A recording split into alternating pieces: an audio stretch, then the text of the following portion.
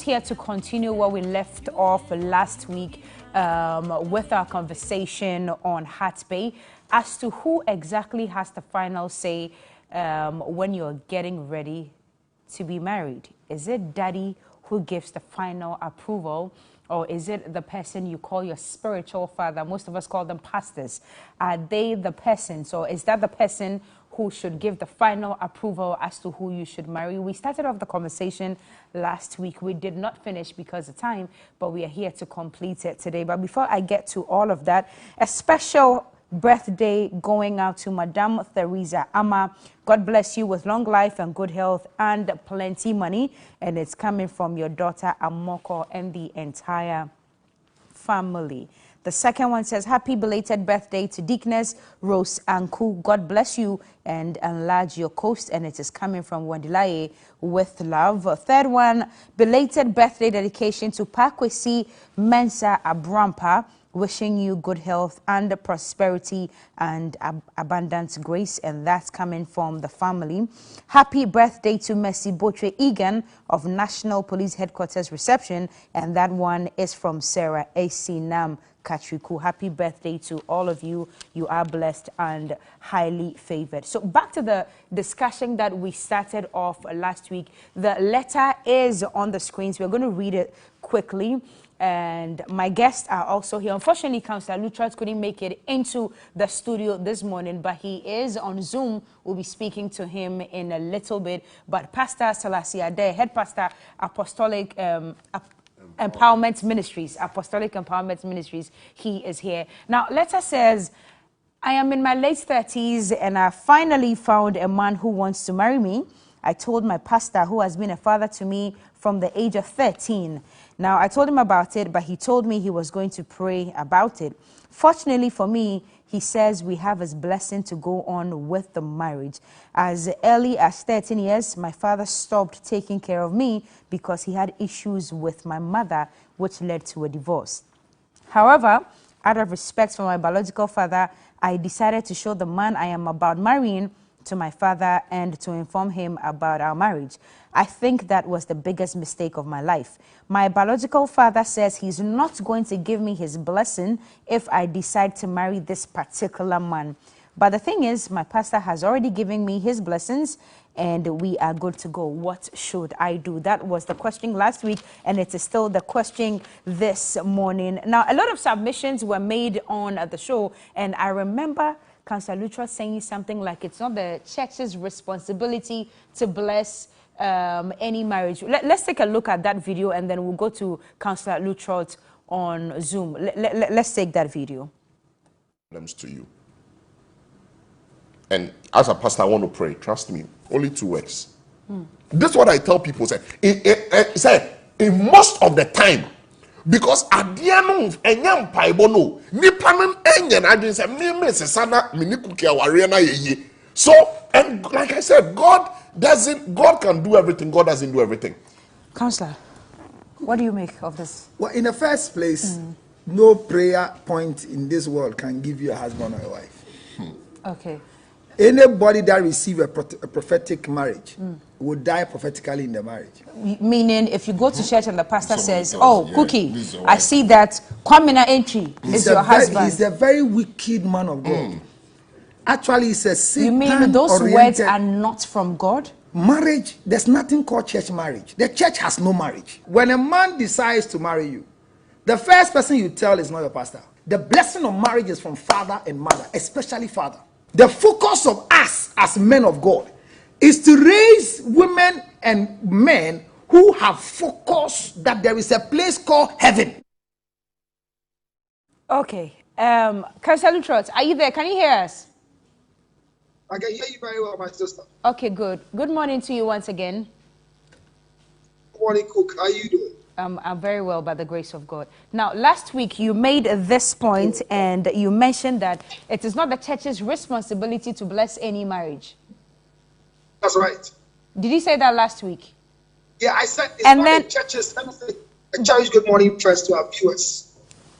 And say that I said it's not the church's responsibility to bless. Okay. But it is in their capacity, but the power invested in them by the government due to the CAP 127, the civil marriage, for them to be able, because they are gazetted, to what we call ordained marriages by the laws of the land, and their ordination of supervising the marriage ceremony doesn't bring a blessing to the marriage as we are always looking up to.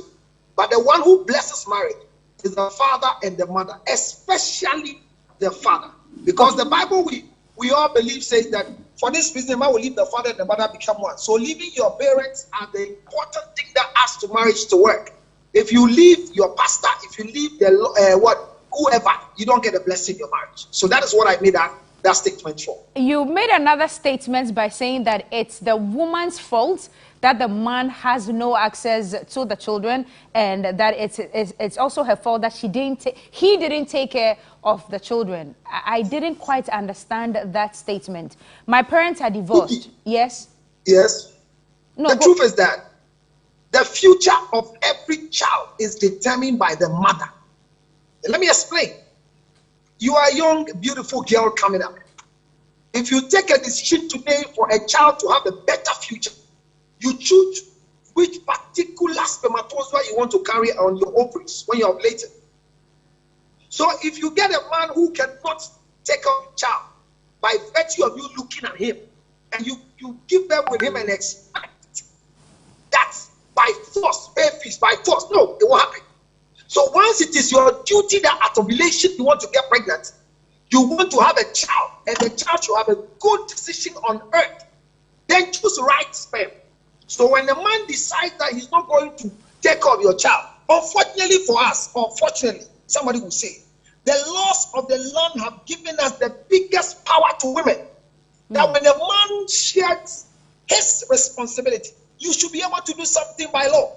Even far, the law of the land gives the government the right to take care of a child who, by virtue of the father's incapability of taking care. So there's no way I can hear anybody saying that the father was irresponsible. And I told you last week, a responsible man is a man who has been able to deposit a spermatozoa in a woman's ovaries to get pregnant. When a man is married to you and he can't impregnate you, he's irresponsible because he doesn't even give a father. So my point is clear that when your mother makes your father feels like you are an enemy, and for that matter, your father says he will take care of you, always check. I give you an example. The stories I've met, there are women who have gone to tell the men who impregnated them in their anger that even the child is not yours. And the man has captured it and is acting upon it. Okay, so it is likely that your mother is the reason why your father is taking care of you. But this is to say this. There is no way that the fight between your mother and father should cause your father not to be responsible. Exactly. That's the point I was coming to. So that's the point I'm coming to. Pastor Selassie, yes, we get it. You can go to the appropriate authorities and say, okay, I have so and so a child with this person and he's not doing this, he's not doing that. Can you get him to do what is right? But you as a man who has a child or children out there, how is it that you can wake up in the morning and not think of your children, not to look for them? Where are they? What's happening to them and all that? And you wait till they are ready to even get married before they come to you to tell you that they want to get married, and now you have the audacity to say no? But unfortunately, good morning to everyone watching us. But unfortunately, it's happening.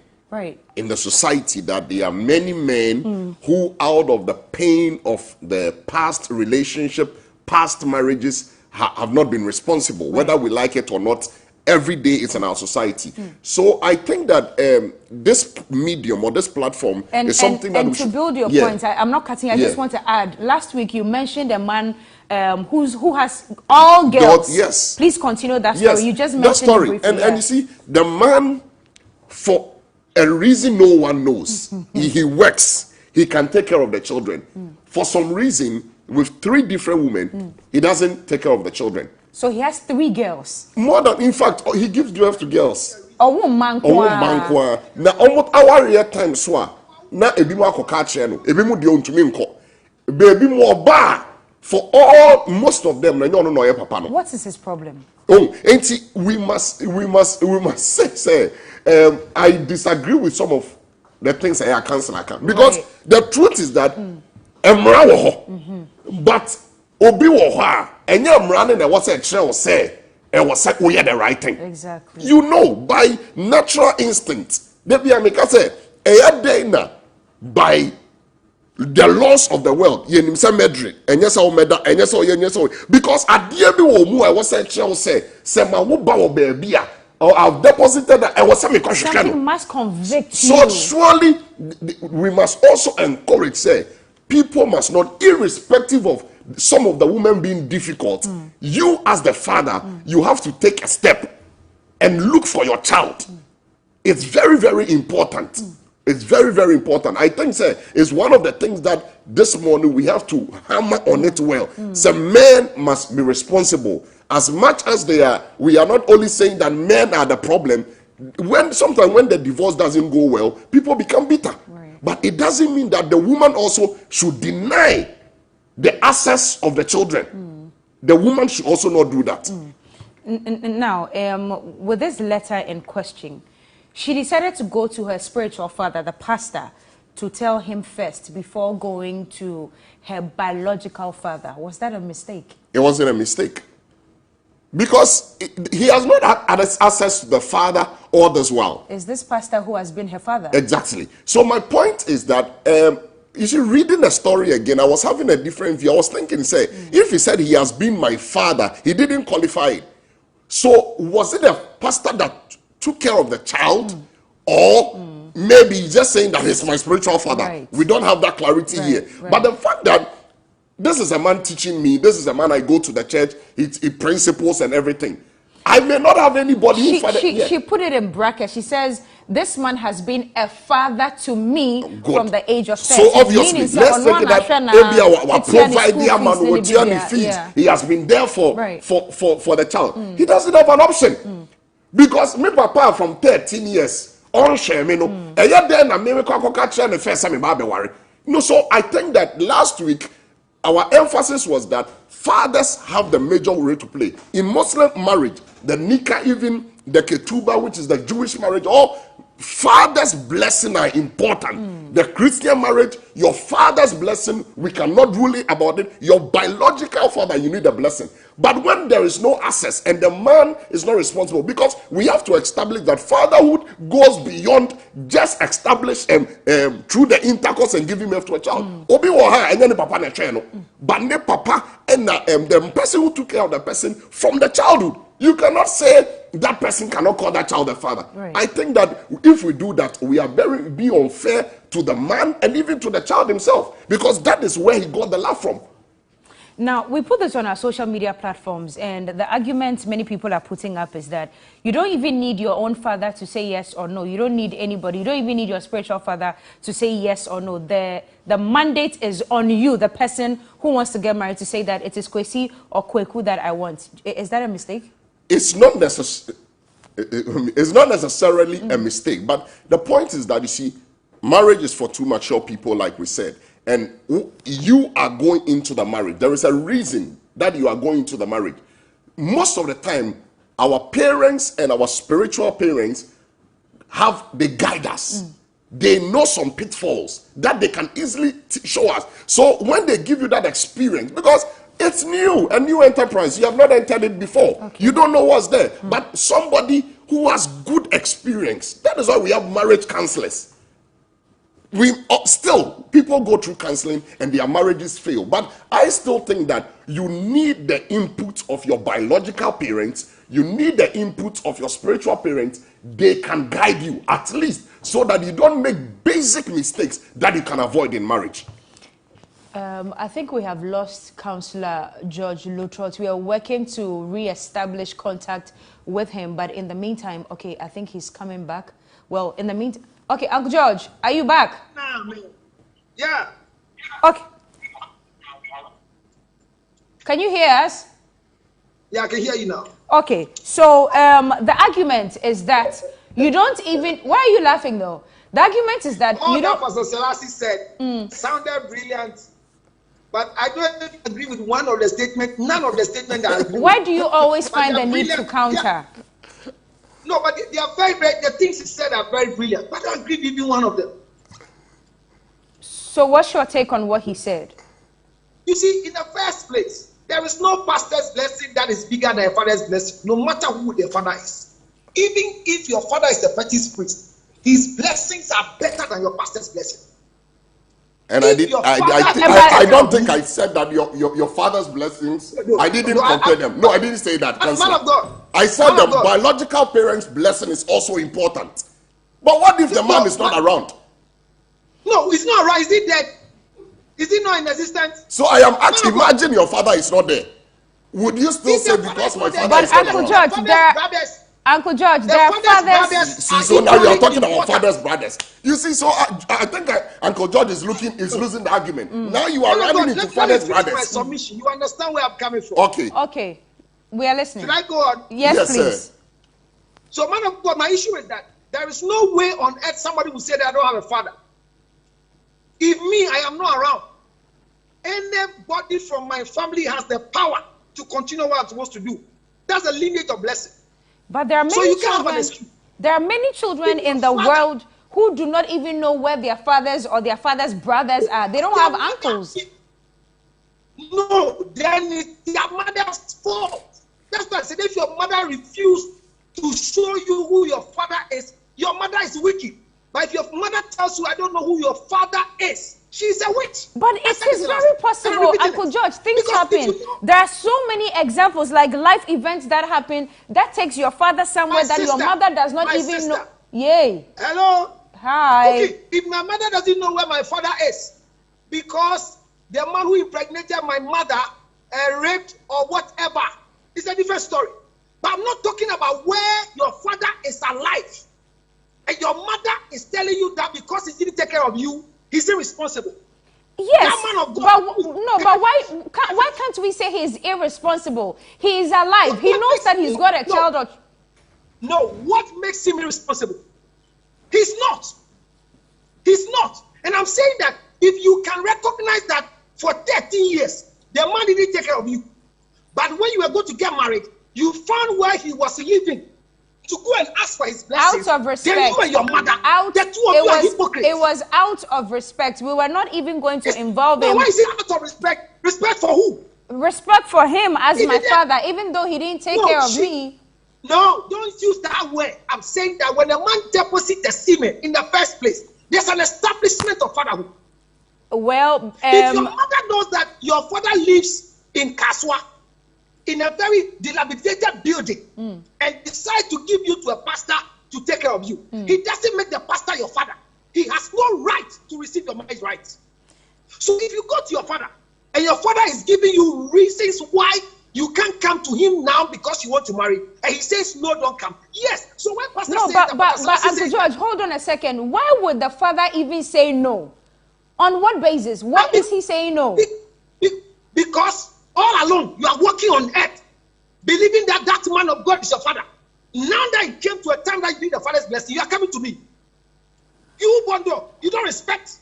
Who raised you? But why is it the child? Why is it the child who should have gone to the father all these years and didn't, and now that it's time, you are now coming to me? Why isn't it the other way around? That why didn't you, Daddy, come to look for me till it is time now for me to be married? Okay, so I don't know. I think we have lost Uncle George. But taking something out of what he said, what Counselor said, I think that one thing is also important that for the children, because we have been presented with cases when the person is growing, and you also have an opportunity to reach out. We've heard stories when the children have tried to reach out to the dad, it didn't work. But in certain cases like that have come to us as pastors, and we have said that no, if there is an opportunity and your father is ready to, and you are ready to forgive, instead of me that I took care of you as a pastor, why not? Let your father bless you. But in this case, the man, the pastor, the father is discouraging the child, not saying that I won't come, not saying that I won't bless you. That is a different story. But he's saying that don't go and marry that man. On what basis? Exactly. So that was the question I asked. That what is making this man say that no, I will not? Him saying I won't bless you or I won't come to the marriage. Or but he says this particular man, if he decides to marry this particular man, I am saying no. And I want to understand why this man is saying that if it's this particular man, then I'm saying no. So is it because he's from a particular tribe exactly, or from a particular church? I have so no... there may be reasons why, but I think that's where the problem is. If the father says, you don't have my blessings because, okay, I didn't take of you, but you didn't have the opportunity, all this while, did you also look for me? That is a different story. But for us to get to the point where the man doesn't want the woman, and we have seen a lot of cases like that, that it has ended up in the future also affecting the lady. Right. You know, so I think that the cultural stereotype, the tribal stereotype, and a lot of things are very much important. This is a broad topic. It's the girl was specific, but I think that there are a lot of points that we should pick out of it. And Uncle George, for what you said about the parents getting divorced, and that is the mother's responsibility to have shown the child where the father is and all, I think that's understandable. But what has this got to do with me, the child? I want to get married. If the two of you have issues, solve it above my head, because you guys are above my head. Solve it and then do for me what must be done, and then I move on with my life. And okay, Uncle George, we've lost Uncle George, but I don't know if you're getting my argument. I wasn't there when the two of you were getting married. You've gotten married, things went awry, now you are not together. And as a result, I have suffered for it. You have never taken care of me. If you have a problem in the marriage, why are you directing it at me? Direct it at my mother, or let my mother direct it at you. I have nothing to do with it. Why am I now the one suffering for it? And exactly that's what a lot of people are going through, because people have shared their responsibility, and it has come, the children now are suffering. Yes, and I don't understand why. And they will also grow, and if not nurtured well, they will take it up into their marriages and affect their children with that same situation. So I don't know what you think about this, but there are some men out there who do not take care of their children just because exactly. He would never send the money to. There's too many examples on. But I think, like Councillor, Councillor said that. I think that the women also should go through. Councillor, Councillor, you are back. Yeah, I'm here. You see, Pastor Salas. Yes, sir. Yeah, read. You see, even God who created women can't live with them. Can't what? When Adam was in the garden quietly, the tree was there until he brought a woman to come and be a helpmate to the man. So yes, we want to tell men that this good material created for marriage called women, if we don't learn how to live with them, we become always the evil one out there. When a man loses his integrity and importance in the world will crash down, because the people that make the world revolve around the sun are men. Let's be truthful to ourselves. But without the women, for Christian is all. My question is, why should you live 13 years of your life with a wrong man in your life in the name of spiritual father? But when it came to you knowing that the blessing of a father makes a marriage work, you are not coming to me and tell me as a sign of respect. But, respect for who? But Councillor, respect my food. We have established something that it is not necessarily the case that when a spiritual father or a biological father blesses a marriage, it works. Because people have had people who their father gave them to marriage, but it has not worked. Man of God, I can challenge you. This one, that I don't know any spiritual father who have neglected the father and given somebody's daughter's hand in marriage, somebody's son's hand in marriage, and it has worked. Oh, no, Councillor, that one too, you can say that. That one, we don't have data on that one. Uncle George, do you have data to back what you're saying? There's none. Uncle George, do you have data? There's none. Okay, what about you? Have you seen a marriage that a biological father gave out? I say that. Councillor, can you answer us on that one? Have you seen any marriage on that one? Okay, so let me tell you, yes. Let me tell you that one too. In the first place, if your father gives your hand in marriage and the marriage doesn't work, it's not news. It's not news. What's the argument then? But if your spiritual prophetic father, Councillor, then with the spiritual father today, then it's not news. It's the biggest news because it's an error. Is the two of you to make the marriage work? Is the two of you to make the marriage work? Unfortunately, this is where we have to end the argument. I'm sorry. Unfortunately. Well, let me wrap up. Let me wrap up so I can end the argument. But the truth is that this young girl should relax, go to the father, not because of marriage. And for the rest of you watching this morning, those of you who are fighting for your mother, stop fighting for your mother between your father. Look for where your father is. Don't wait until a man comes to you, they want to marry you. As for the pastor, your spiritual needs are sorted, but not your marital needs. If you are finding it difficult to go to your father, people like us, regardless of where we come from, we are available to assist you. Don't follow spirit and marry. 0277 609 644. Me, I'm available to help you. Don't leave your father and go marry because your spiritual father is making noise. Because your mother told your spiritual father that your father is stupid or foolish. Uncle George, thank you for I also want to take this opportunity to tell every man, anybody out there, your father, your mother, anyone offended you, forgive them. But I want you to also say it clear. Men, let's be responsible. Women, let's also forgive, so that we will give our children a chance to have access to their fathers. It's important. We still haven't solved this problem, though. So this young lady, what is she supposed to do right now? Must there be a collaboration between the pastor and the biological I think that the father? pastor should engage. I think that the pastor should engage the father. Okay. Yes, the pastor should engage the father and even know the reasons why maybe the father. But I think he knows the reasons why. He's been taking care of this girl since she was 13. No, I mean, why the father doesn't want to allow the lady to marry this particular. No, if it's only about the blessings, no, that one I disagree with the father. But maybe there's a reason. Beyond that, if it's out of pain, I think that the pastor should be able to talk to the father to let go and let the child marry. Okay. All right. Pastor Selassie, thank you so much for your time. Thank you for We are having very me. grateful for every time you have accepted our invitation to be on the show. Though it is always early, you make it a point to be here. Uncle George, thank you so much. I know you are laughing and I know you want to say a lot, but no.